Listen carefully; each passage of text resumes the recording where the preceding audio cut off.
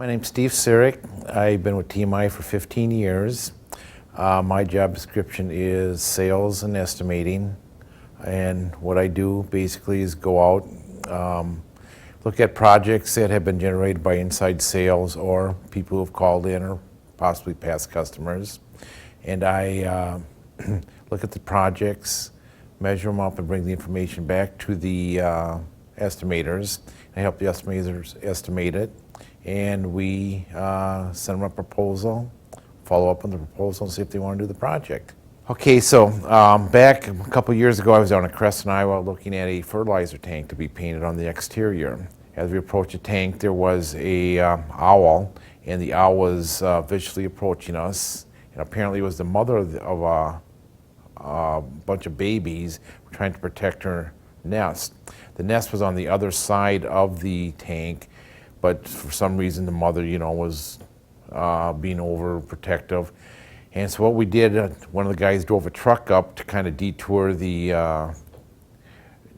owl, and we walked up the stairwell, and we got to the top, and I did what I had to do, my measurements and pictures and everything. And as we came down, the mother got closer to the stairwell, and I was stuck in the middle of the stairwell while these two gentlemen on the ground that were in the truck went and detoured the owl again. And believe it or not, the owl was howling and squealing and basically protecting its nest. I was working with a customer down in Red Wing, Minnesota. I had an appointment at 8 o'clock in the morning, and I got there and the gentleman was not there.